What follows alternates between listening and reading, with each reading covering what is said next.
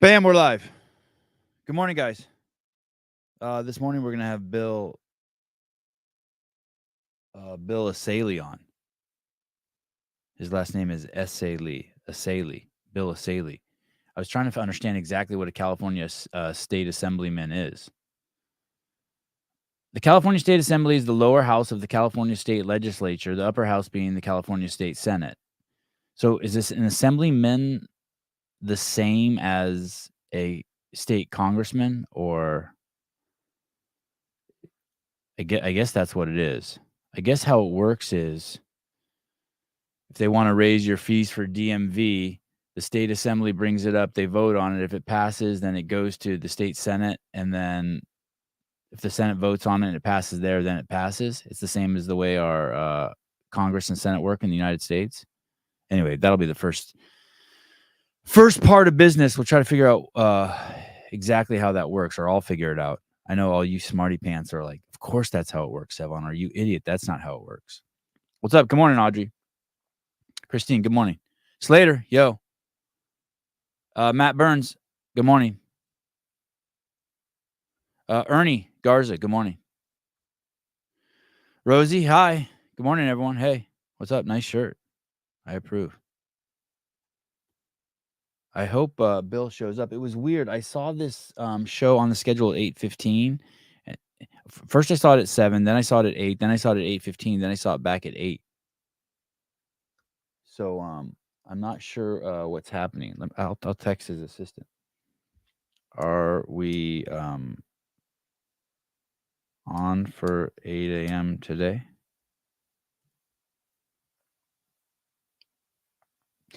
This dude popped on my radar because he went to look at this.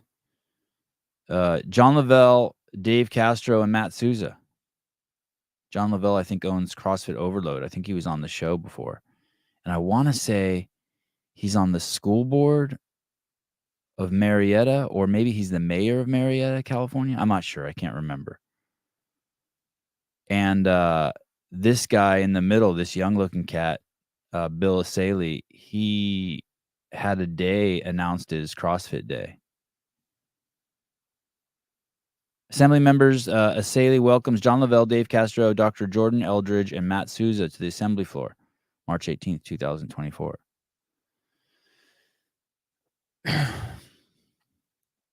Did anyone here see the Kelsey Keel interview I did yesterday?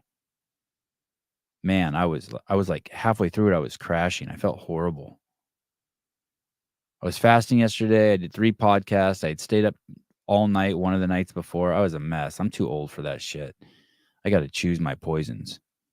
I can't be doing 3 or 4 podcasts a day and be staying up all night and fasting. I feel like I didn't bring my A game for. It was pretty good. I didn't realize. Okay, good. That makes me feel better. Feeling pretty insecure about it this morning.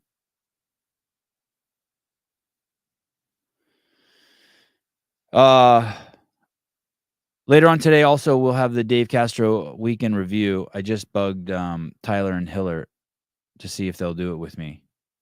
I'd like to get it done early. I need to pack today. I need to get ready for Carson. I'm headed over to Carson on a pack, be all packed up. Then Tuesday, get my rental car and then drive down to LA on Tuesday. Getting the Airbnb. Getting the Airbnb early. Set up a big fat podcast studio. And then get ready for Kill Taylor, which we're gonna move Taylor. We're gonna move Taylor to Thursday. The Kill Taylor show to Thursday. Why fasting? I used to fast for 3 years. I fasted I stopped eating every Saturday and then didn't start eating again Monday. And I did that for 3 years. I don't know why. I don't know. I could give you like 10 reasons. I don't know what the real reason is, though. I need to do some soul searching. But basically, the other day, once that day I stayed up all night to watch the European semifinals, I felt like shit the next day. And my stomach didn't feel right. It was weird. And my stomach always feels normal. I'm like a great white shark. I could eat a fucking license plate. And so I was just like, okay, I need to fast soon just to give my whole digestive tract just a fucking break. I feel like when I was up all night, even I didn't snack when I was watching the European semifinals, but something happened. So I was just like, all right, I'm going to take a day off. And then yesterday, I I had 3 podcasts, and then I took my kids to surf camp, and then we went out for dinner. And I told my wife, okay, I'm going to break my fast. I'm just going to order a plate of chicken wings and a margarita. Is that what it is? Pineapple margarita. And then she talked me out of it. She said, suck it up, Buttercup. So I made it. I still haven't eaten. I think I just crossed over the 36-hour mark. But this morning when I woke up, the house smelled so good. The slow cooker was just full of short ribs. She went to the butcher. Wow. Thank you, Pat. Wow. I wonder if Andrew Hiller caught that. Pat Lang says, great Jaws reference. Thank you. Holy shit. Wow. That's exactly what it was. No one's supposed to get that.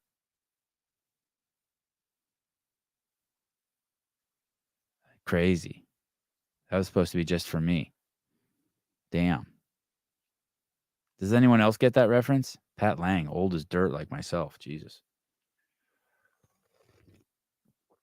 I've been putting the Cephalopolis lotion, whatever that's called. So the lotion that starts with a C.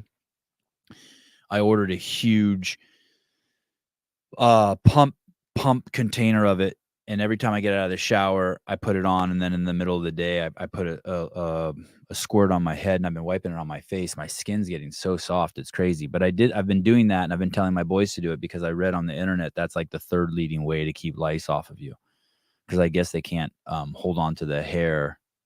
I guess they need to hold on to the hair, and they can't hold on to the hair if your hair is greasy. Oh yeah, that stuff. It's not Cetaphil. Yeah. I don't know why I struggle with that word.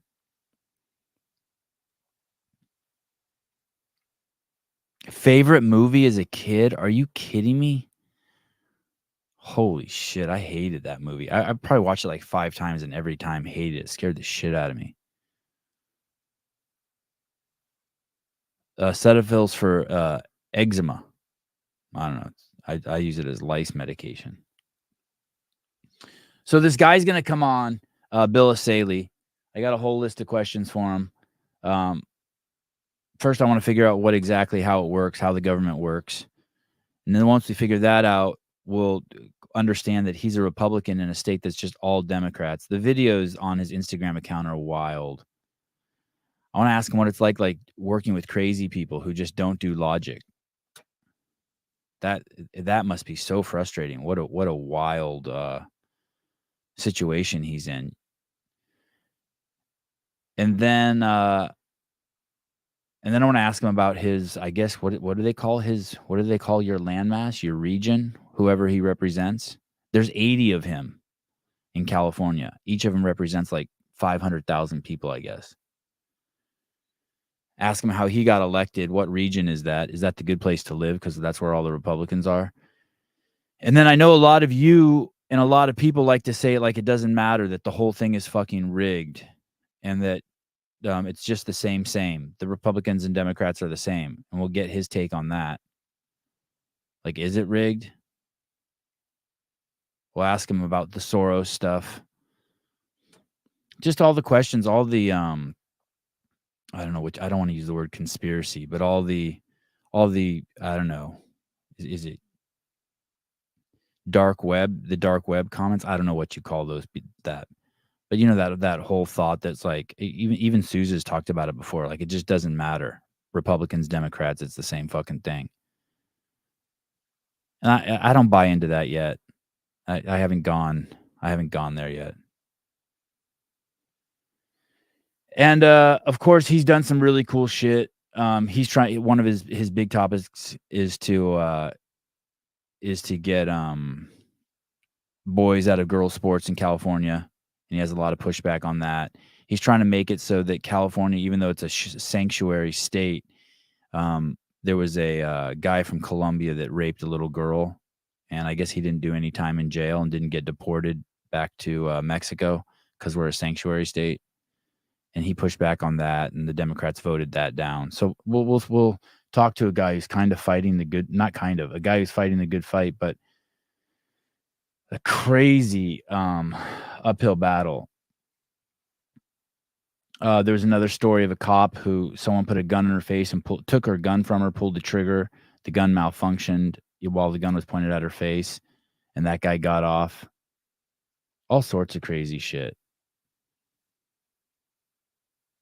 California's trying to change Prop 209. Prop 209 was prevents discrimination or preferential treatment on the basis of race, sex, color, ethnicity, or national origin. It pertains to employment, education, and contracting. And California's trying to change that. They're trying to make it so you can choose people, I guess, based on their genitalia and that stuff. Bill, what's up, dude? Hey, can you guys hear me okay? Yeah. Bill Essayli. How are you? Yeah, yes. For some reason, your last name's one of those names that I when I look at it, I want to say something else. So I've been practicing it. Essayli. Am I saying it right? Essayli. Yeah, you got it. Italian name? What is that? It's Lebanese. Oh, are your parents from Lebanon? Yeah. No shit. My dad's from Lebanon. I'm Armenian. And no way. and the Armenians were, the Armenians were taken to Lebanon during the genocide, and they lived in that. Have you been there? I have been. Wow. Your mom and dad were both born there? Yes, and they came here in the 80s. And yeah, I mean, my sisters were born here. I had you completely stereotyped as an Ecuadorian. All the cool people I know, all the cool conservative people that look like you that I know are Ecuadorian. Holy cow. Yeah, I've never been to Ecuador. Damn, I had you completely miscategorized and misjudged. No problem. Well, we're here. We made it. Sorry I'm late. No, not a problem. Hey, that was really cool. I was just showing the group, the audience, the picture of you and Souza and Lavelle and the California CrossFit Day. Thank you so much. Yeah, no, that was actually a lot of fun to get them all down there, and I thought it was a important thing to do. I mean, CrossFit has been such a big deal in my life, and I attribute it for a lot of where I am. And so the least we could do is just recognize the organization and some of the key leaders. And I would like to say we were well received, but we were mostly well received. How about that? Did they get booed? You know what? Yeah, they did boo us a little bit. That may have been more about me than CrossFit, to be honest. But afterwards, some of the Democrats went up to the press and said, "Oh, why is the assembly member propping up a for-profit organization? We don't do that here," which is total bull. I mean, they honor all kinds of groups and organizations and businesses, and they do it all the time. But anytime we want to do something, there's always they come up with all these imaginary rules that they've never had before. But it didn't stop us. We still did it, and you know what? It's not really about them. It's about the public and getting the message out. So that's how I look at things up there. I mean this, and I know I have bias, so maybe it falls on deaf ears, but every community that has a CrossFit gym is so lucky. It does so many things. It employs people. It's a small business, but it's a center of congregation for people who believe in personal responsibility, personal accountability. I think that those are the people that tax the system the least. They use the fewest resources in the health sector. They are the most I don't know what the word is, helpful people. I bet you that there's, anecdotally, I bet you there's a disproportionate amount of CrossFitters who are the ones that let old ladies in the door first, that help people with their, luggage at the airport. It's just good people. And every community, everyone who leaves there probably leaves better every single time, better than when they walked in. They're sort of a positive force with the, the endorphins and hormones and rushes they get when they leave there. They're just great places. It's a shame that anyone has anything negative to say about a CrossFit gym, or doesn't appreciate it, or doesn't facilitate having one in their community. They truly are really amazing places. Well, if you understand what the Democrat Party is about, you'd understand why they don't like CrossFit. The Democrat Party is about forming dependence on the government. That is their guarantee of employment. If people need them to survive, to live, for rent, for food, they'll never be voted out of office. And so when you talk about CrossFit or personal accountability or responsibility or self-sufficiency, that's everything they stand against. And so, no, I agree with you. I mean, it reminds me of JFK's quote when he said, "Ask not what your country can do for you; ask what you can do for your country." And now we have today a bunch of government leaders and people in politics who think the government is there to be your daddy and to take care of you from cradle to grave. That is not the purpose of government. Is not to take care of you. It's to provide a system that does basic things like protect the national defense or provide for roads and police and schools. It's not to take care of all the social stuff. I mean, it never ends in Sacramento. The only thing really holding back the total taking over of government is the lack of money. I mean, they only have so much money they can spend. And this year we're in a $70 billion deficit. So they're just out of money, or else they would try to do more. But yeah, I mean, if you understand what the Dems are about, you wouldn't be surprised that they're against people being fit, being able to take care of themselves and provide for their families. Were you ever a Democrat? What's that? Were you ever a Democrat? God forbid, no. Okay. I was a decline to state, I think, when I first signed up. You were a what? Say that. What's that word you used? Decline to state. So in California, you can you don't have to choose a party when you register to vote. Oh, were your parents Democrats? No, my parents were never really political.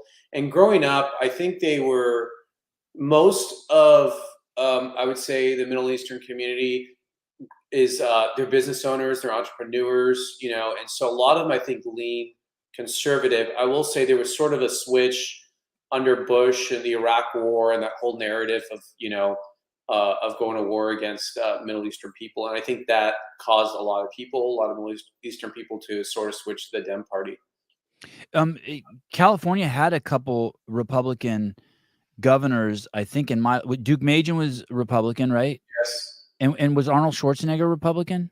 On paper, yes. Okay. He was at the beginning. He sort of, he moderated out at the end. But yes, no, he's definitely a Republican.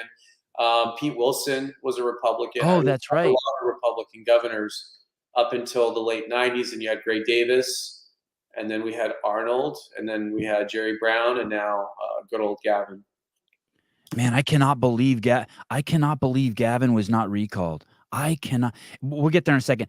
I want to go back to what you just said about do you think that they know that? Because I used to be a Democrat, and the story is this, that we want to be nice. That's our story. We're trying to be nice. We're the people. We know you're at the beach and you're trying to sunbathe and you're there with your family and you've worked hard all week, but we're still going to feed the seagulls while you're at the beach, and they're going to shit on everyone. But we don't care because we're being nice to the seagulls and we're feeding them. And that's the metaphor I use for like what happened in San Francisco. They think they're being nice, doing the needle exchange program, and basically what they've done now, they're seagulls shitting all over the city, right? The city's completely destroyed because they thought they were being nice. And now we have I don't know if you know about the program in San Francisco where they give away free alcohol now. No, I haven't heard this one. I knew they were giving out needles. Now they're giving out alcohol. Yeah, so they just passed this $5 million program in San Francisco. You can come there, and they have nurses there that will give you. They have wine, beer, hard liquor, and they give it to you in medicinal doses to make sure that you don't suffer any discomfort. Do you think that they know? Do you think the Democrats know? Because I was told we were just being nice. Do you think that they think that too, or that they know that they're trying to keep their jobs by making people dependent? And do they also not know, this two-part question, that there's no happiness there, that happiness only comes when you start taking personal accountability and personal responsibility? So I think it's two parts. Number one, you have to differentiate the elected officials from really the people behind the policies. Okay. The people you see who get elected to office, they're not smart people. They're not intelligent people. They're really just puppets, and they're a face. And so they're staffers, they're activists. They're people who all they care about is being in office, and they'll do what it takes to stay there. And so that's the public people that you see out there. They don't know. They really do think. I think they believe the crap they're spewing. It's the They people do behind believe these. it. They do Yes, believe it. Yeah, they that's do what's believe it, but yeah. they live in a very detached world. They live in Sacramento. They live in this bubble. They live in their gated communities. Whatever. They're not having to rough it, in these bad areas. But the people behind the scenes, the ones who are actually thinking about the policies, writing the policies, they have an agenda. And these are the true, I mean, when I say Marxist, I mean Marxists. They want a total revolution of our system of government. And the only way you could get that is to destroy our existing society and culture so they can replace it with what they want. Those guys know exactly what they're doing. And And so who are those guys? So you're there's a lot of saying NGOs. There's a lot of non-governmental organizations that are writing bills. Look at when you see bills going through the legislature, look at who the sponsor of the bill is and all the organizations behind it. There's a lot of these like George Soros taught groups and they all have like very lofty names but even groups like ACLU and these guys, they're writing laws. They're saying, oh, you know what? Police are an occupying force on schools. So now, like, their new thing is we have to get school resource officers off school campuses. So it doesn't matter that it makes the school less safe. Doesn't matter that it's causing more fights and kids to get hurt. They just don't want it's this agenda to destroy the police at all costs, even if it means people get hurt. So it's a two-part question, but two-part answer. The idiots you see on TV and in public pushing it out, they don't fully understand. They're not really smart enough to understand, and they're being used. They're useful tools, and they don't even read the bill. They just get talking points. This is what your bill does, and they believe that. And then the ones who are pulling the strings, they get it. And the thing about it is, in politics, those elected officials are easily replaceable. They're fungible because they know they have a very deep blue district. If this person doesn't get with the program, they'll switch them out and get someone else in. That's not really the power brokers. so it reminds me of the relationships with doctors and pharma. That Yes. basically doctors are just brainwashed. They're say, hey, if you prescribe this many pills, you get this many vaccines in people, we'll give you this much money. They're just basically hired drug dealers.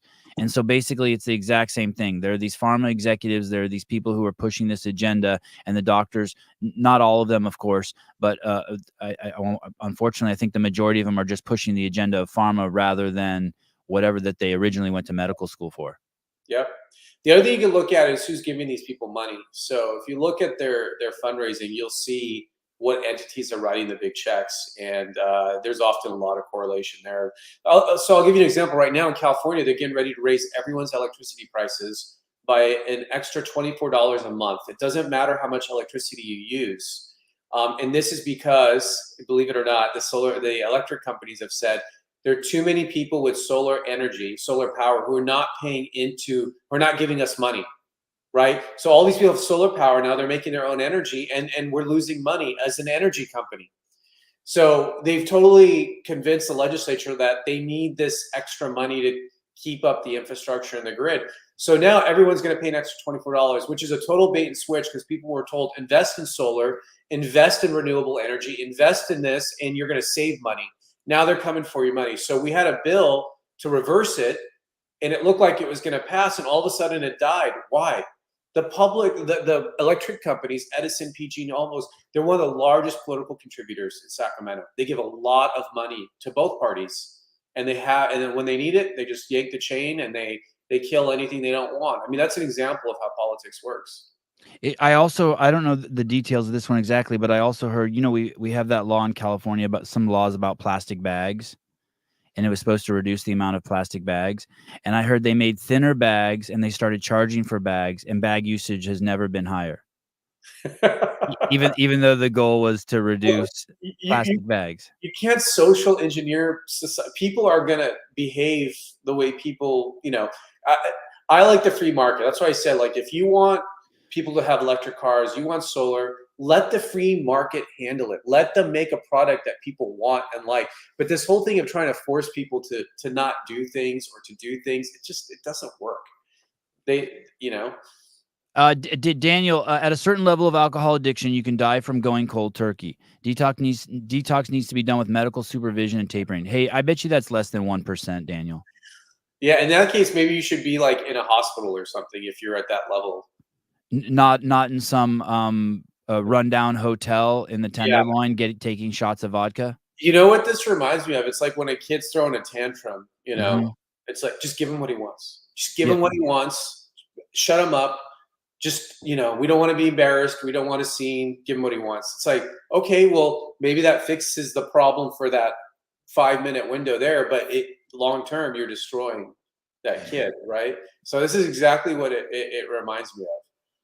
There was a 48-hour period last month where the mayor of Los Angeles's home got broken into. The mayor of San Jose was accosted on the street doing a live interview, and Schiff's car got broken into in a Yep. parking lot in San Francisco. It was 48 hours, 3 high profile LA's got to be top 10 biggest city in the United States, San Jose's top 11 biggest city in the United States, and then we all know Schiff. Do any of these people wake up eventually? Aren't they like, "Holy shit, this is bizarre. 3 crimes in California against 3 high profile politicians?" Like, when, like, 'cause I woke up, right? Is there, when No, do they because wake up? they're in too deep with the cause and the agenda and the criminal justice reform that if they admit that they were wrong, it really the whole house of cards falls down. And we see this in Sacramento. Anytime we try to like fix something really bad, they change with Prop 47 or there's that. They're like, no, no, we can't because Prop 47 is the most important thing we've ever done. And these criminal justice reforms, we cannot go backwards. And so they're so committed to this ideology and belief, they're in too deep. They'll never admit that they're wrong or at fault. They'll just come up with some other reason. And so like now with the shoplifting in California, they're blaming the police. They say, well, the police aren't arresting me. The police aren't enforcing the laws like they should. The police don't want to do the work. It's like, well, if you arrest them, they have nowhere to go. What do you want the police to do? But they just will find some other thing to blame or to shift it on. And now this thing about like, oh, it's organized retail crime. It's not organized retail crime.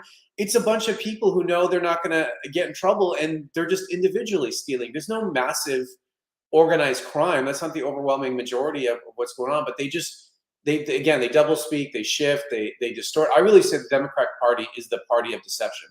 That is all they're about. They're all about deception and fooling the voters to get the vote, and then they go and do the agenda they want. They never actually campaign on what they're going to do in office. They always campaign on some lofty, emotional, feel-good issue like abortion or something.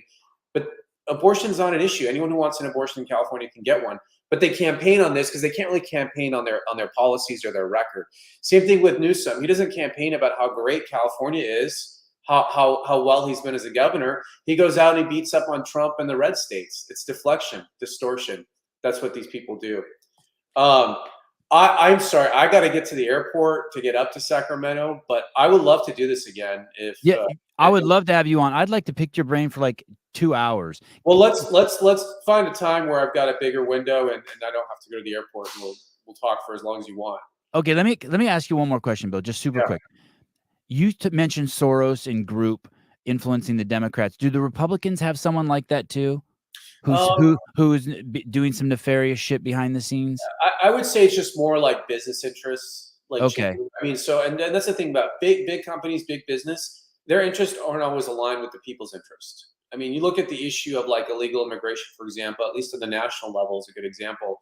Illegal immigration is good for big business because it means cheap labor.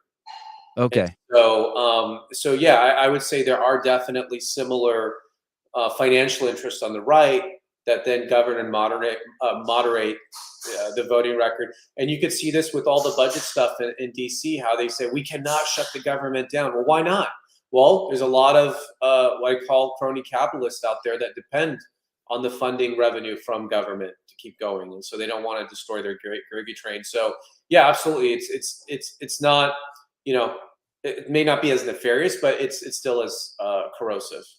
Okay. Hey, dude, I'm gonna have Souza reach out to you, and I would love to have you back on and just talk for 2 hours and get educated. Let's do it. Thank you. Thank you. All Ciao. right, take care. Bye.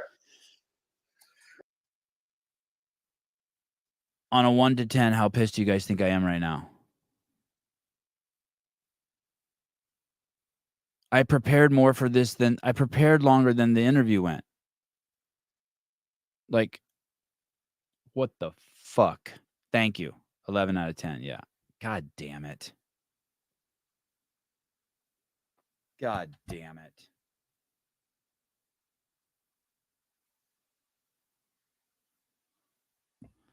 I'm not going to. I can't. Audrey, it's okay. I can't because he's like one of 8 Republicans, and I think he might be really a cool dude, but I'm like fucking pissed.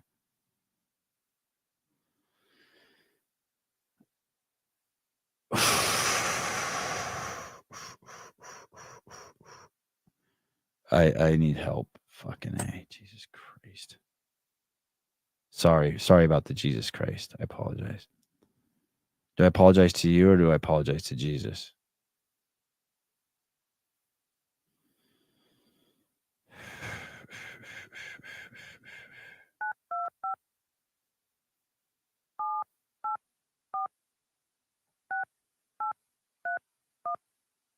I hope he's going to the state to like kick someone's ass today. I hope he's like got like something really important to do. Is my mic loud enough? I just turned it up. I lowered it the other day because someone said I was too loud. Now I just raised it again.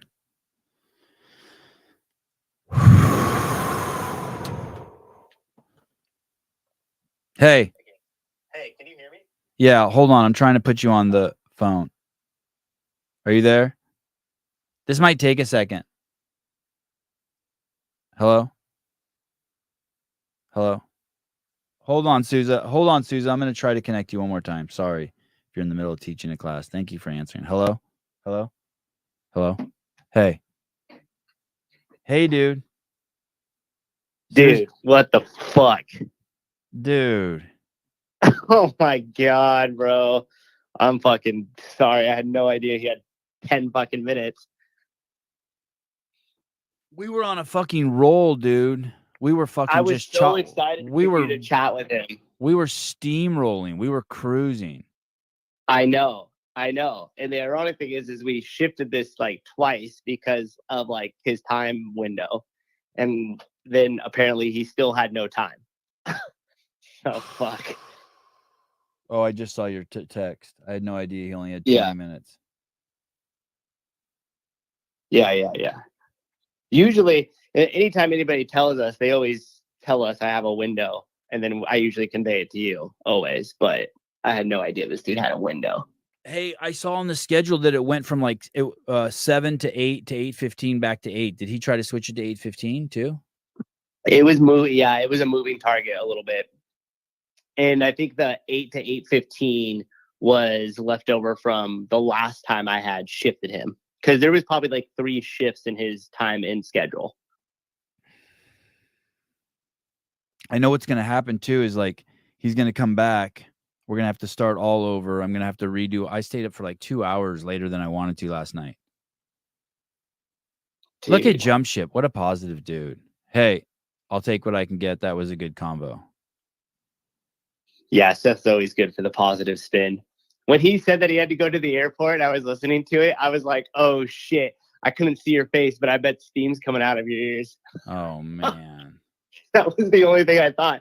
And then when you got off and you were like, how bad am I? I was like, oh, shit, I was definitely right. Oh, man. Fuck. Well, all right. Hey, we could maybe pivot this slightly. I don't think it's going to do much for you, but maybe for the audience here.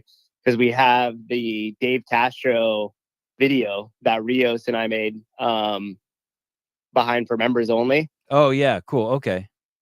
But we have a shortened version of it that we could release publicly. Oh, okay. Cool. All right. Let's do that. So, and that doesn't really what sucks is I probably the schedule's so crushed too. We probably can't have them on for fucking another month. Okay. Will you check with Marina and see what's up? I'll get back on that so we could start to hammer that down. But here's a condolence prize. It looks like we got those guys from Road to Redemption scheduled at the end of June from the prison. Oh, awesome. The guys who we interviewed once who had life in prison, they're coming on again? Yeah. They were one of the first like dozen episodes we did or something like that, I think, back in the day. Okay. And hopefully we can do it not on Zoom. Hopefully we can do it on StreamYard. We have to do it on StreamYard. Oh, yeah. That's right. We'll see what we could get squared away with them. Okay. But at least there's that. So that's cool. Okay. All right. Thanks, dude. All right, man. I'll talk to you later. Give me a call. Okay. Thanks. Bye. I feel better. Whenever I talk to Sousa, I feel better. Just focus on how fun this weekend's going to be, Wad Zombie. So we're going to switch Kill Taylor, I think, to Thursday this week. Fuck.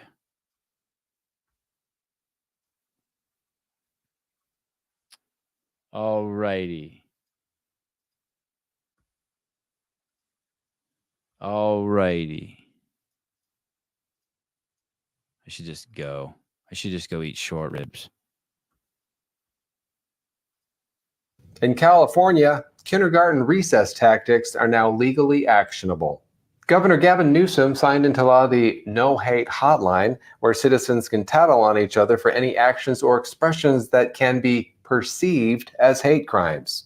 That's right, they don't need to actually violate any laws. If someone does something that isn't nice, you can call. Things like derogatory name calling, bullying, hate mail, basically anything that happens in middle school.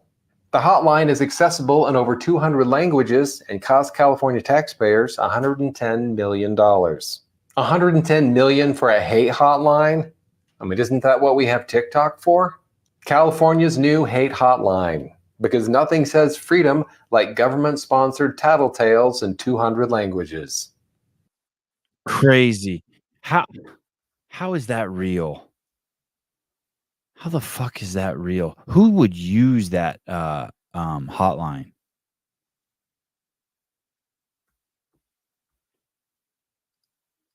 Who the fuck would use that hotline? It's when God, I heard something today.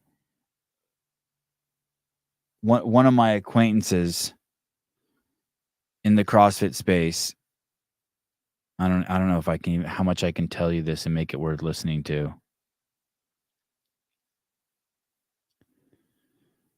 I'll try. One of my acquaintances in the CrossFit space was complaining about something that was just so not worth complaining about. It's like this. I'll give you an example that's not accurate at all. There's so many of us doing shows now, right? Live shows. So you got Scott Schweitzer does live shows. Brian does live shows. Lone Ranger podcast Get With The Programming does live shows. Barbell Spin does live shows. Everyone and their mom's doing live shows, right? And yet there's still some people getting offended. This is not the example. This is just because I can't tell you the real example because it'll out someone. But there's people who are still getting upset when we overlap with each other. Like there's people in the space who are like, I can't believe you did that. You went live when I did. It's like, fuck you. It matters so little. Remember, Rich was on here, and I guess they premiered a show at the same time Rich was on this show. And it was like, hey, if we don't care, how the fuck could anyone care?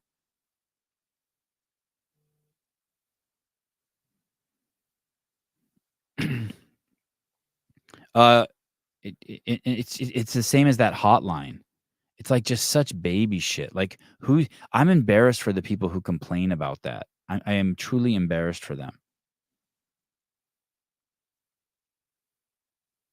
Bill Essayli had an out in case the date was going bad. He had a friend call with an emergency and he bounced. I wondered that for a split second.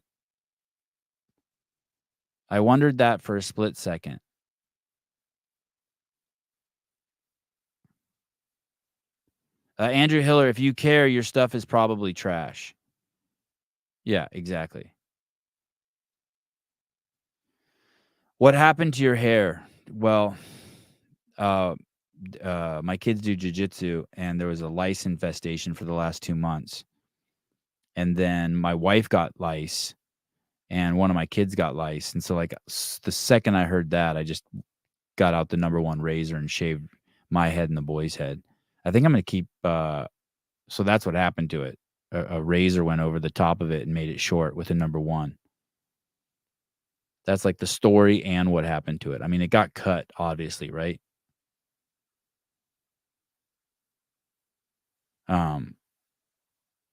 Yeah, I actually don't think I had lice. I don't wash my hair, and I guess lice can't live in greasy hair. But I don't know. No, she didn't shave her head. She went to someone like, you can pay $200 and some lady will stand over your head and pick them all out. My wife has crazy hair too. She got like red-headed Jew fro hair, like long. It's not really a fro, but just crazy thickest, like rust red hair.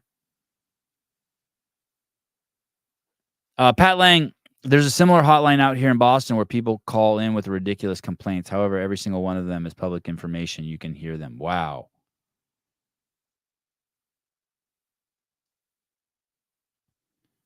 I think the lice shampoo is like $20. In California, you can't even get like the good lice shampoo. I tried to order like the poison, and it says Amazon won't ship it to California. So it's like called ick or something.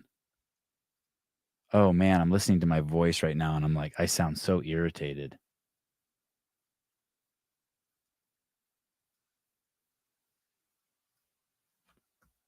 I guess it's no surprise. I guess this is no surprise. I don't know how old this is. I think Eminem's the same age I am. I think he's probably 50 or 52. Start talking about Trump, I get too flustered in my head, and the shit that I want to say, there's too many things I want to say at once. So sometimes I start talking and I'm not able to convey the message the right way because I just get flustered and frustrated. Victim excuse number 1. Who would have thought that Eminem was a victim? Victim excuse number 1. When I talk about him, I get so flustered.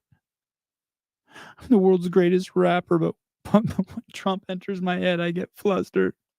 Frustrated watching him play to his base Watching him play to his base.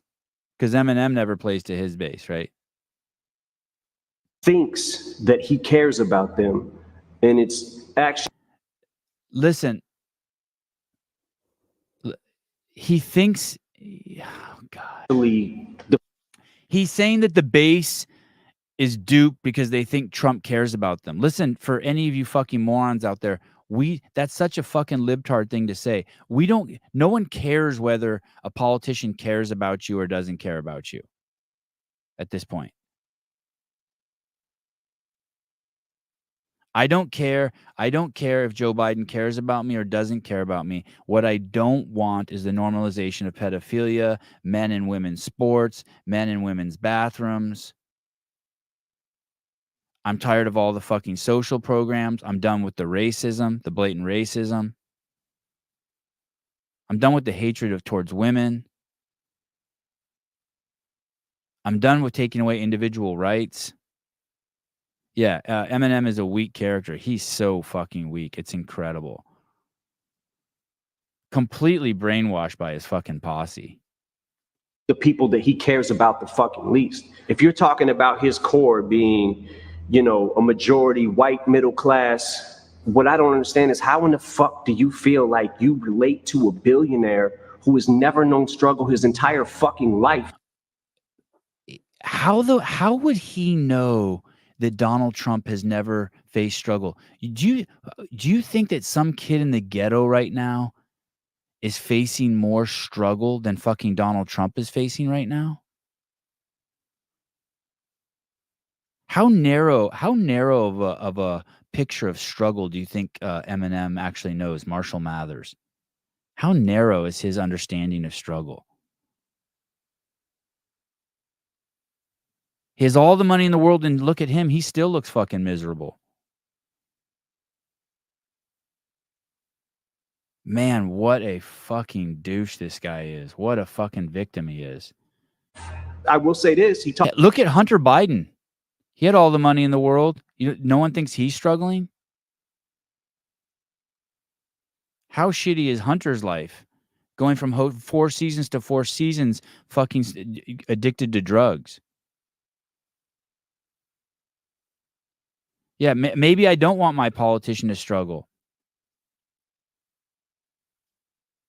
And he wants to villainize him because he's a billionaire. He wants to villainize him because he's white. Now you know why George Floyd's their hero.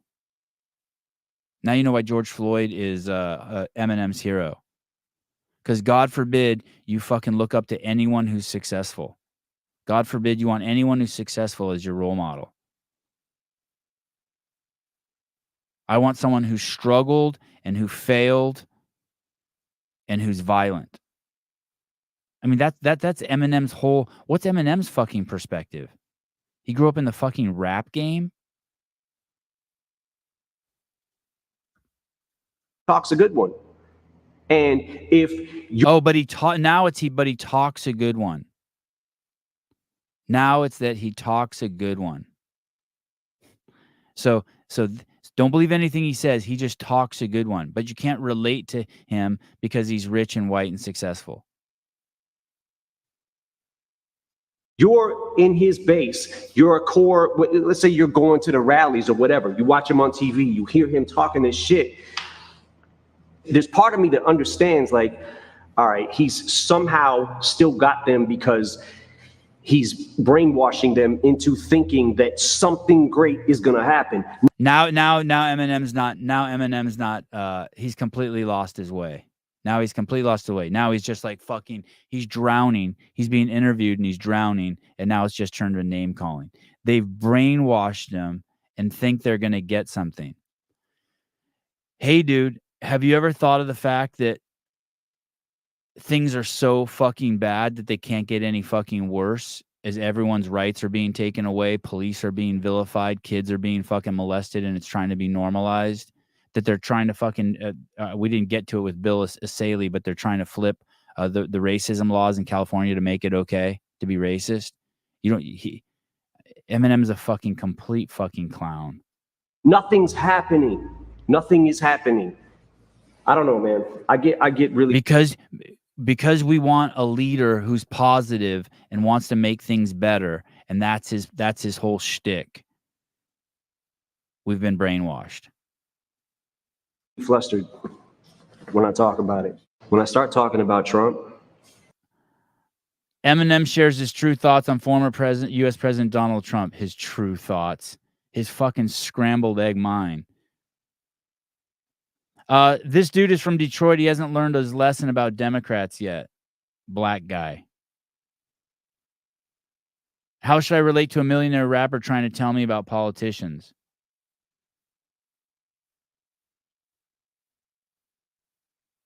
Listen to this. Eminem is 100% here. The MAGA supports a billionaire who takes away their health care, solid education, and makes the hate grow.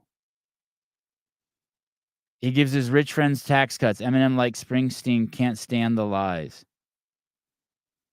Holy shit.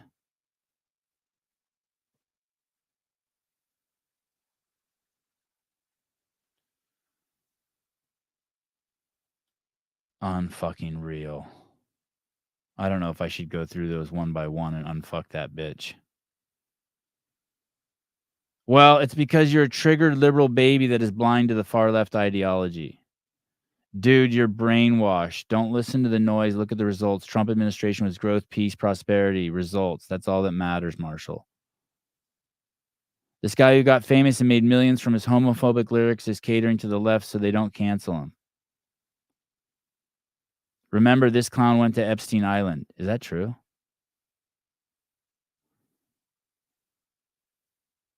The only one brainwashed is you, sir. That's exactly how everyone who hates Trump feels because they have nothing to back up their hatred. It's brainwashed, induced hatred. Look at Eminem over Trump button, 16 likes.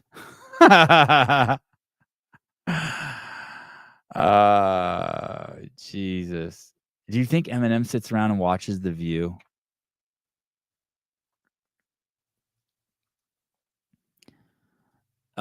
Trump is the worst candidate for president except all the others. Daniel Wynn. I don't even know what that means.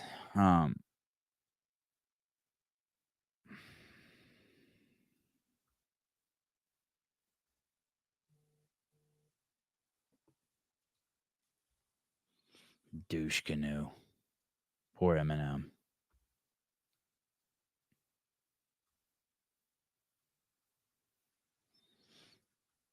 We talked yesterday about the Democrats making fun of, I would have loved to have brought that up with Bill Essayli, about how they were making fun of Marjorie Taylor Greene for being having a body like a butch. You know, I looked into that a little bit more yesterday. And before the fight broke out, before she made fun of that lady's eyelashes, saying that lady, something Crockett, couldn't read because her eyelashes were blocking her view. And then she called Marjorie Taylor Greene a butch. A butch with a bulky body, bulky butch body.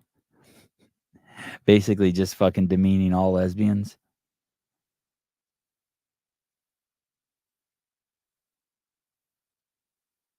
Yeah, where's all the people speaking out about that? But anyway, before she did that, I guess the judge who's presiding over the court case in New York City for Trump, I guess his daughter works for a company that raises money for Democrat candidates.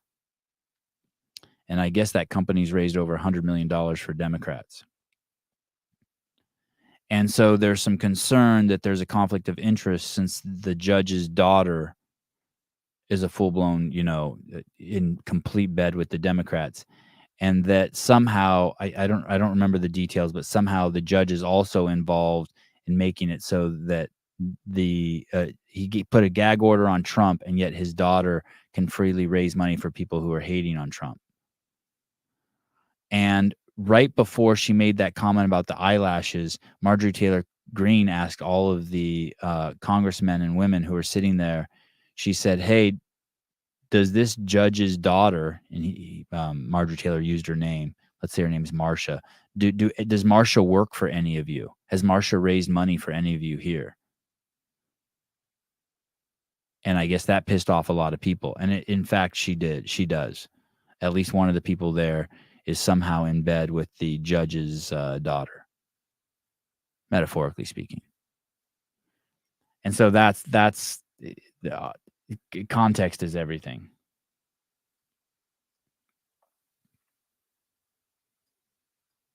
So this one you guys are going to absolutely love. This is the best one I've seen. Welcome to the Gaza graduation game show. This is the best one I've seen yet in this genre. Here we go. A graduation. Let's see how much students actually know what they stand for. If you get them right, you win $100. First question, have you guys chanted from the river to the sea? Yes. Okay, which river, which sea? The Sea of... So you don't know that? Okay. No. The answer was the Mediterranean and the Jordan. What does Hamas say their number one goal is according to their charter? They just wanted to free Palestine. To murder all Jews around the world. How many years did Israel occupy Gaza? Late 1800s, the entire time. Since It 48. was actually under Egyptian control for the first 20 or so years, and then Israel actually left Gaza in 2006. I'm shocked. Wait, they left? What is the definition of Zionism? Doesn't that mean you hate Palestinians, right? Jewish people who think that Judaism is the highest race. Zionism actually just means that you think Jews are entitled to having their own homeland to protect themselves from another Holocaust. You don't even have to be Jewish. That makes you a Zionist. Okay. What does Antifada revolution mean? I don't know what that means. But you've chanted it? Yeah. It's like a global call to murder Jews. Wow. Wow. Did you know you said that? No, Would you say it again? probably not. How much have our foreign adversaries donated to American universities in the last decade? No idea. I couldn't give you a number on that. The answer was over $6 billion. How many Gazan refugees have the Arab neighboring countries let in the last few months? 35,000. The answer was 0. Look, you asked an education major about Students don't seem to know what they stand for. So wouldn't it be great if these expensive colleges actually taught them something? Welcome to Gaza graduation. Let's see how much. Insane.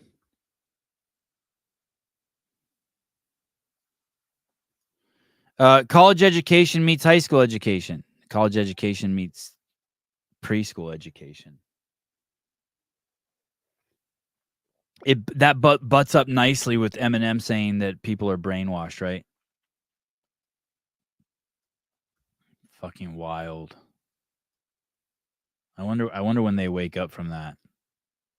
I wonder how you wake up from that.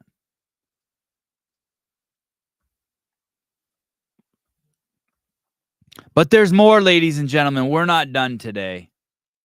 55 minutes in, jeez. We're not done today. We're not done. Duke Tamer, the man who Donald Trump granted clemency for a double life sentence for a first-time nonviolent drug offense, calls on Americans to stand behind Trump. My name is Charles Duke Tanner, and I was sentenced to a double life sentence for my first arrest for a nonviolent drug offense in 2004. I lost all my appeals, and I was denied clemency by the Obama administration. It took 16 plus years before President Trump granted my clemency and allowed me to go home in 2020. I was a part of a broken and unjust system. And now it hurts me to the core to see the same system going after a former president. This is what Blacks been going through since day one. If we allow this to happen to the former president, we can only imagine what's going to happen to the rest of the country. Please stand up now if you have a voice, and let's fight against this. God bless you all. Thank you. My name is Charles Duke Tanner, and I was sentenced to a double life sentence. I wonder if that dude's actually going to vote. You think that dude will get up and vote? Double fucking life sentence for a nonviolent drug offense. Spent 16 years. Trump let him go. I don't know how I feel about that.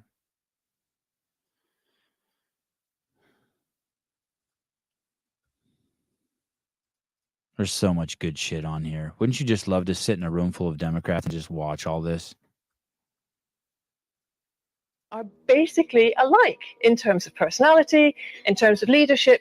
I'm interested in people being able to have different choices and having equality of outcome. Men and women are broadly similar with regards to aggression, although men tilt a little bit more towards aggression. So that if you picked a random person out of the population, male and female, and you guessed that the male was more aggressive, you'd be right 60% of the time. But if you take the 1 in 100 most aggressive people, they're all male. And that's why the overwhelming proportion of people who are in prisons are male. Now, do you want to equalize that? Just out of curiosity. What about bricklayers? They're 99% male. 3/4 of the population now in universities in the humanities and social sciences are female. Yeah. Are we going to equalize that? Men work longer hours. They work more dangerous jobs. They're more likely to move. They're more likely to work outside. They make more money for those reasons. And that's all hidden under the idea that the reason that men and women make different amounts of money is because of their gender. Men and women are basically alike in terms of personality. So in terms good when he just fucking eviscerates people like that.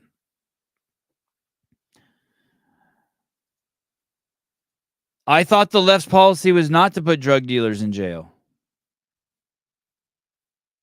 Definitely not drug users. Definitely not drug users.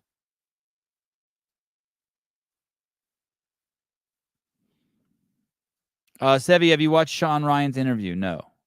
A former U.S. Army Intel NCO. No, I don't even know what NCO is.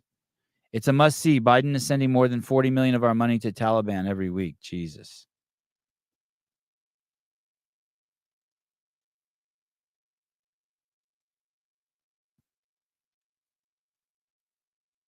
Rambler, why do you need a passport? Why would you need a passport?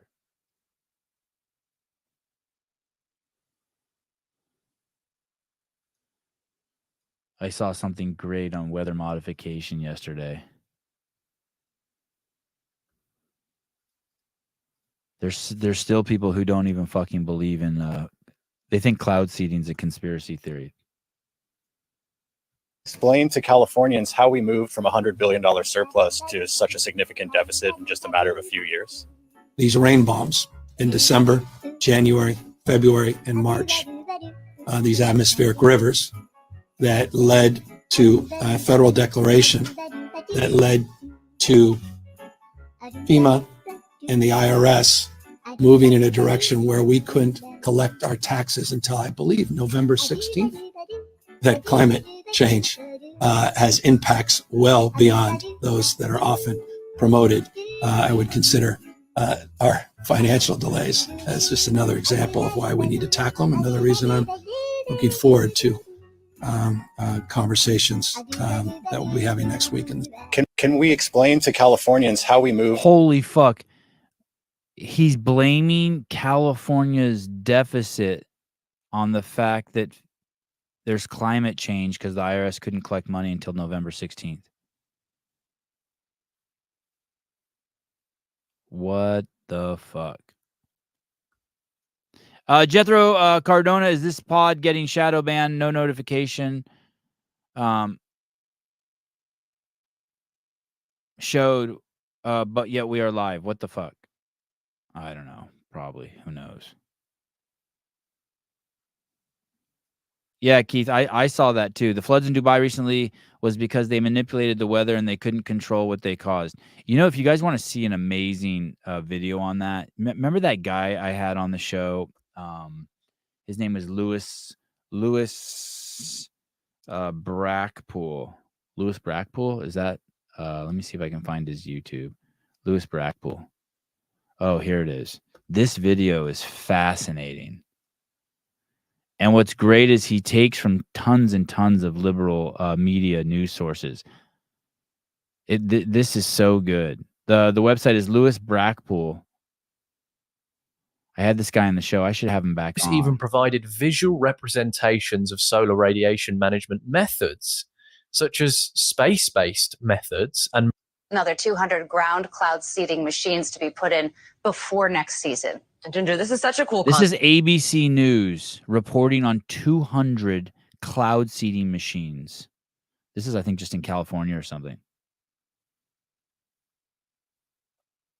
But is it too good to be true? I mean, how do we know that the chemicals that they're spraying from the air aren't bad for us or the planet? The good news is we've been doing this since the And then Dubai got destroyed, and they were doing some crazy weather modification shit. Anyway, this is a great video. This guy kills it. This guy's awesome. at a small scale. I mean, it's pathetic, really, isn't it? It's crucial to recognize that in order to gather data for computer simulated research, field reports and real-world experimentation are essential. Without these, the validity of the Yeah, this thing's so good. And he gives all these reports from different organizations that basically, if you don't believe in cloud seeding at that point, I don't know what to say to you. It's not like all from far right. I was 10 years old with Alex Jones. Oh, when he started saying that stuff? No, I remember back in the day, they talked about weather manipulation on Joe Rogan. I don't know. No. Wait, we can manipulate weather? Fuck, I don't know. I don't even know the answer to that. But it's the fact that they're trying is not a conspiracy. So there's that. I mentioned to Bill Essayli when he was on here, San Francisco's alcohol program. Here it is. Has been governor for 5 years. He spent $24 billion on the homeless, added 30,000 homeless, and can't tell us where the money went. Finally, he was confronted. Watch. Is your administration doing enough to determine whether the money that's being plowed into homelessness is being well spent? One of the vexing issues that was highlighted in the audit was local, and each city and county has different strategies and approaches. We've tried to level set that. I'm sorry, Governor, I didn't hear responses to either of those questions. Do you acknowledge whether the money that This reporter, you can tell, was born in LA. I'm sorry, Governor, I didn't hear any answers to those questions. She still got a little Valley girl in her. that the state isn't doing enough to ensure that the money is being well spent? The audit did not surprise me. The state has advanced unprecedented investments, you're correct, and unprecedented interventions demanding more accountability with state money at the local level. Where'd the $24 billion go? Don't look at me. I'm just the governor, but I knew we were going to lose it. But don't worry, they have a new plan. San Francisco is going to give the homeless shots of vodka. Here's the goal. Keep alcoholics drunk, but not too drunk. The city's running a managed alcohol program for homeless addicts for $5 million a year. Basically a speakeasy that they're running out of an old hotel in the Tenderloin, where it's happy hour all day. Nurses come around like cocktail waitresses with beer, wine, or liquor to, quote, meet their addiction needs. but keeping someone at a safe level of intoxication. Gavin's been governor for 5 years. He's spent 24 fucking nuts. Free booze. Subsidized alcohol for thieves and addicts. You can't even fucking believe this shit. San Francisco under fire for program giving booze to homeless alcoholics. Where's the recovery in all of this? A $5 million pilot program bringing free beer, wine, and vodka shots to San Francisco's homeless alcoholics aims to relieve the city's emergency services. But one addict turned recovery advocate says the effort misses the mark and only delays recovery for those who need it. It's not a good idea, not when you consider the fact that over the last 4 years, San Francisco spent $20 million to basically service a total of a couple hundred people by giving them free vodka and beer. For that amount of money, we could have funded 60 drug treatment beds instead.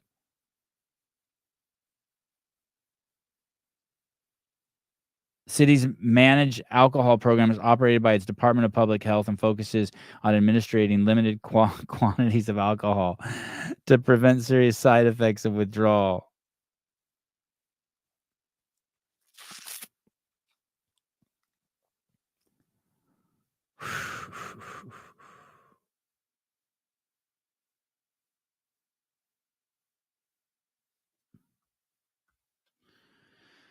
Mike McCaskey, San Francisco's voters enable this. I have no compassion for their misery.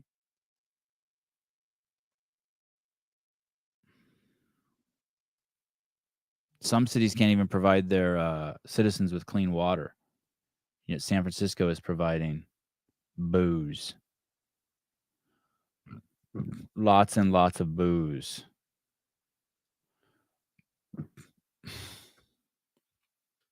All right. Anything else?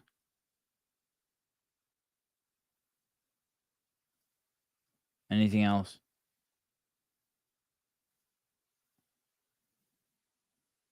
You guys want to hear about Todd? What's this guy's name? Todd Medley?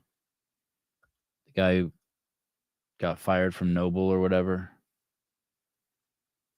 What do you guys want to hear about?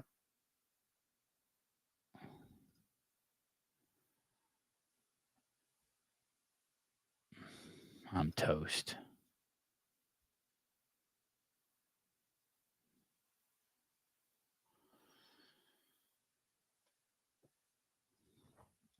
I can't believe Laura Horvat is Adidas. Oh, you want to hear about Diddy? God, Dan Guerrero is such a douchebag. I'll just lump fucking you in there too, David. Even though you didn't say anything, just because kill two birds with one stone. What did he say the other day? I saw a comment somewhere. I don't know if it was on social media or on YouTube, but he was like, "Oh, Sevon, now do you still think Diddy's still innocent?" I don't think he's innocent or guilty. But if everyone's going around saying he fucking butt fucked Justin Bieber and Usher and made them take the cock in the ass in order to get a record deal, I need more proof than just fucking some crazy chick on Instagram who makes a living talking shit about Diddy. What's that crazy chick's name?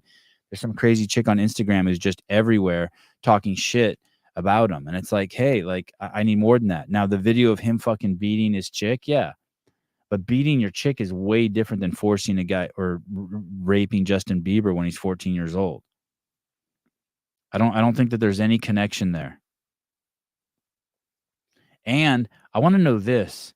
Why did that video take so long to come out?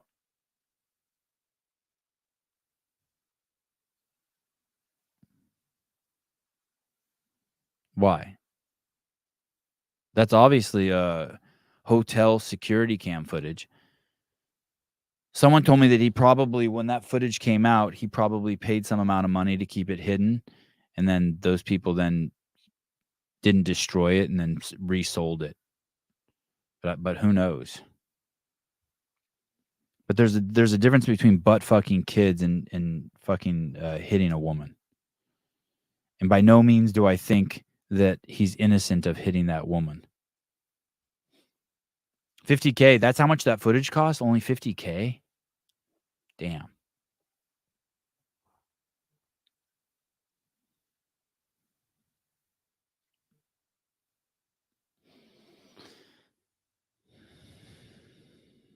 Ken Walters, I believe a crazy guy on podcasts about everything. CrossFit. Thank you. Oh, $50K for the video? Is that really how much they paid? Or are you just guessing? Hotel employees should be charged. Why? For not like running. I mean, I doubt they saw it live.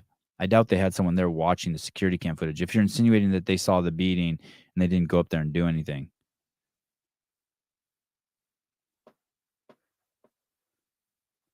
Will he be charged for that? That's the question. Yeah, I find it interesting. What do you think happened with Rad? Do you think they signed Danielle and Laura to sell their shoes? They got Danielle because she's the big dick in the United States, and they got Laura because she's the big dick in Europe. And then now they're sending shoes to everyone and their mother. Did you see that? They've gone full mush. I saw this today. This is so funny. Oh my God, this is so funny. Look at this. Do you remember when Dave Lipson used to be a CrossFitter? Look at this. This is awesome. This is so funny. Someone sent me this today. I've never worn these shoes. I have no idea if these shoes are nice shoes or not. So let's start there. Do I think that they're ugly? Like, I think they're beyond ugly. I think they're, I don't like a I am, and that's just my aesthetic, but I don't like a shoe where it looks like everyone's wearing high heels. I don't like it where it looks like the sole, like whatever that thing is that wraps around the bottom of a shoe. I don't like that thing to be big. So that's my bias. Okay, and I have a wide foot, but people love this shoe. People love this shoe. But check this out. This is Dave Lipson, and he says companies send us stuff all the time. We tell them if we like it, then we will let people know. I'm a crazy fan of these shoes. They sent these over, and I'm stoked. I'm definitely going to wear them for my duathlon this coming month. For those guys that know me, you might be surprised they actually like to run. However, it has been, what the fuck does it say? Definitely going to wear them for my duathlon this coming month. For those guys that know me, you might be surprised they actually like to run. However, it has to be with the right shoes. Otherwise, it's absolutely miserable for me. I'm very picky. They need to look good. They need to look good and feel good. And most importantly, bring the thunder. I don't believe any of that shit. You guys got to check out these new Rad R1. Yeah, I just don't think that that's an attractive shoe at all. Shoes, they're fucking awesome. Man, I'm so happy that they sent me these. I'm really grateful. I love them for a couple of reasons. One, they look great. They feel awesome. Most importantly, for a guy like me, a little bit bigger, like running, terrible. Hate it. My feet hurt. My shins A bigger guy like me, he hates running. hurt. I cannot wear those little minimalist shoes. These are just like my Hokas. Look how clean that shoe is. I want you to look how clean that shoe is. I want you to look at the heel. Look at the heel. Look how absolutely perfectly clean those shoes are. Do you think that those shoes have ever been worn? Oh, Rambler, I have wide feet and Rads are perfect for it. Okay, fair enough. Rads are too narrow. Oh. Interesting. Yeah, never worn. These shoes have never been worn, right? Mike B, Dave's biggest accomplishment is that he nails Camille. Okay, here we go. Freaking love that. They're light. Did you see the bottom of the shoe there? Fuck. They're super cushy. I've been on a couple runs already with them. I've been on a couple runs with them already. There's no fucking way that shoe has been run in. There's no fucking way. Where did he run? Awesome. I've been in the gym pumping iron. Yeah, the bottom of that shoe has not been touched. The bottom of that shoe has not seen the ground. Run on treadmill? Maybe. Okay, fair enough. Fair enough. With them, they look great. They feel great. You got to check them out. They're really, really cool. I saw the These bottom guys did again. A great job. The Rad R1. Oh, look. Oh, I do see a little dirt on it right there. See that? I do see a little dirt right there. See it on the bottom? I see a little smudge. But those have not No one's gone on a run on those. Maybe a treadmill.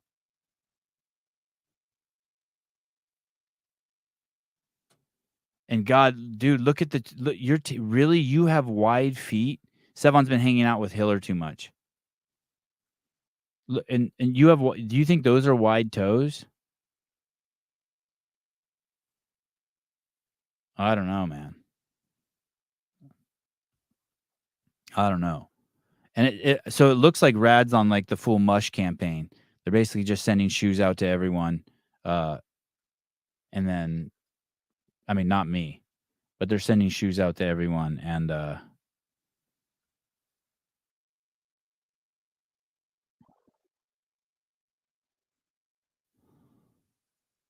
there we go.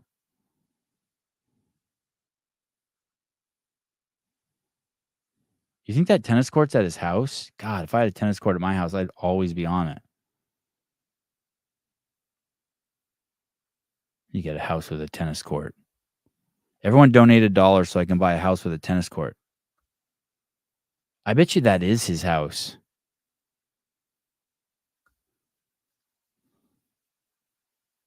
Let me see if I can see the tennis court again. Shit. That's dope. Unless he... Is that his house? Does anyone know? I've donated enough for a tennis court. Okay, thank you. Who follows him? Is that his house? Where do you got to move to get a tennis court?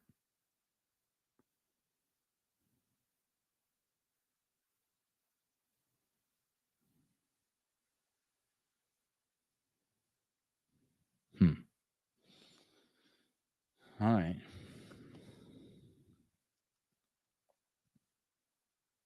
right. Remember Dave asking Sevon why he was asking him stupid questions instead of filming his hot girlfriend? No, I don't remember that. Was that in a behind the scenes? I don't remember that. He lives in Clearwater. Oh, is that are they Jethro, thank you. Thank you. $1 closer. Is Clearwater, is that where the spaceship is for the Scientologist? Clearwater. Are they Scientologist? I could see him being a Scientologist. Clearwater Scientology. Flag building. Oh yeah, it's their fucking... Why are Scientologists in Clearwater? To establish a program at its headquarters at School of Theology, so to speak, in the old Fort Harrison Hotel to take control of the city. That's cool.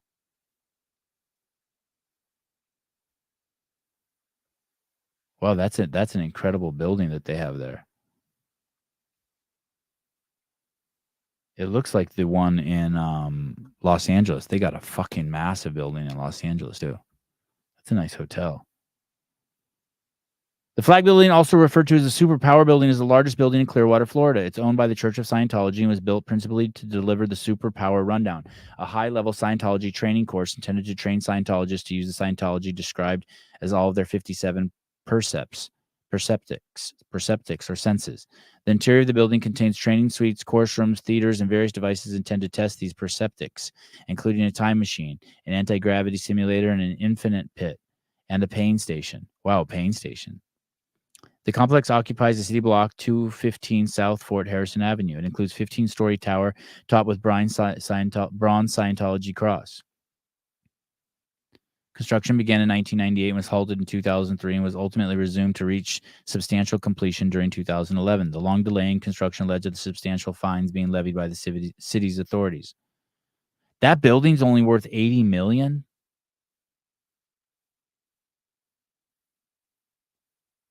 The building was opened to the public on October 6, 2013. It would attract approximately 10,000 Scientologists. However, a month later, it emerged that the church had canceled the ceremony and postponed the opening of the building.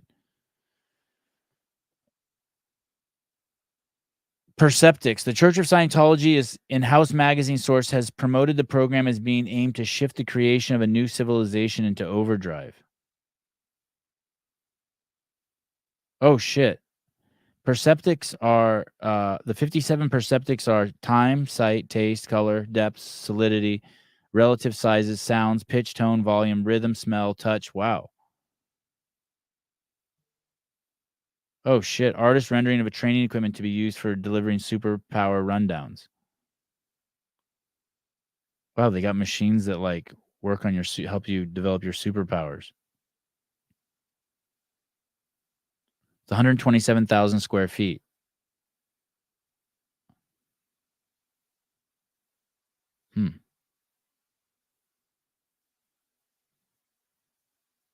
What a trip. All right. Well, good luck. I hope they Dave Lipson looks like a caricature drawing of Dave Lipson. Pool boy so high on Raphael Sanson. 4 days until my boy makes a statement. Sanson, I'm so pumped to be at the West Coast Classic. I'm fired up already.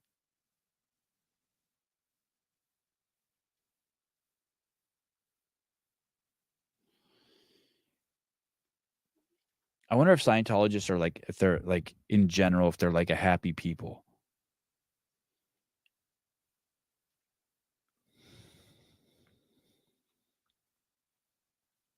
Do you move there? Like, is that like a dead giveaway if you move there that you're a Scientologist? Is that just, that's just what it is? Is that just what it is? I want to get this guy on the show. I hope he gives me more than 15 minutes. 54% of electric vehicles made globally.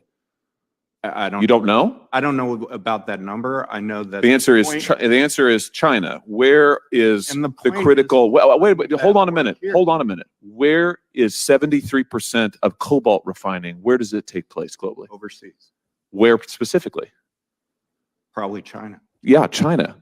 Where is most cobalt mining performed? Who owns most of the cobalt mines in the world? Probably most of that sourcing is in Africa. China has the majority. 77% of electric vehicle cathodes are made in China. 92% of anodes are made in China. 66% of battery cells are assembled in China. The New York Times recently did a report on this. The New York Times, not a notably right-wing publication, that said, can the world make an electric car battery without China? Their conclusion, the only winner so far is China. My question is, why would we want to make our auto industry dependent on supply chains in China? Why is that a good idea? We don't. Then why are you doing it? The entire point of this conversation, the entire point of this hearing is to domesticate and make more reliable the sourcing of the materials. Then why are you shutting down critical mining in the United States? We're not. You are. Why did you close the Twin Metals mine in this country earlier this year? 225,000 acres in Minnesota. Where are 54% of electric vehicles made globally? And that's a crazy story about them shutting down that mine. I looked into that too. It's a fucking bizarre. It is almost like there's people in our government who are trying to help China overthrow the fucking United States. It's bizarre. All right. Thanks for hanging in there, guys. I'll be back at some point today. Let's see. Has Dave done the Dave Castro week in review? Week in review, Dave Castro. How the fuck do you get to his? How do you get to his? Nope, hasn't done it yet. Or I don't see it. Videos? Yeah, the last one he put up is 6 days ago on the 13th. So I assume he'll put one up today. We'll get that reviewed. Then on tomorrow morning, tomorrow's Tuesday. Tomorrow morning, normally I don't do a show, but I'm going to have Elle on. That is Danielle Brandon's coach and Kelsey Keels.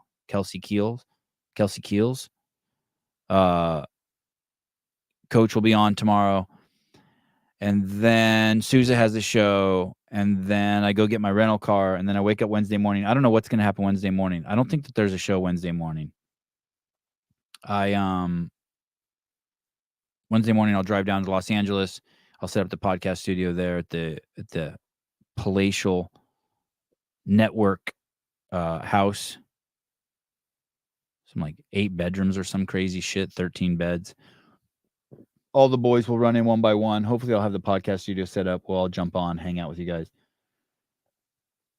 And then Thursday I'm going to I don't know if I'm doing a podcast Thursday morning either. I haven't figured out what's going to happen. But then Thursday, we'll do Kill Taylor, and then I'm going to go over to Carson to the StubHub Center or whatever it's called now. I'll meet with Kenzie over there. That's my point of contact over there. She'll give me a walkthrough of the facility. I'll have all the boys with me, boys and girls. And then I think that there's an orientation. And at that orientation, I'll start to film the behind the scenes, which I'm so excited about. We got a couple new pieces of equipment to hopefully bring a new feel. We got a cool 360 cam, and we got lots of new portable mics. Hopefully this will feel more like Wadapalooza than the games, in terms of the fact that we'll have all sorts of live audio from the field of competition. All right. Talk to you guys soon.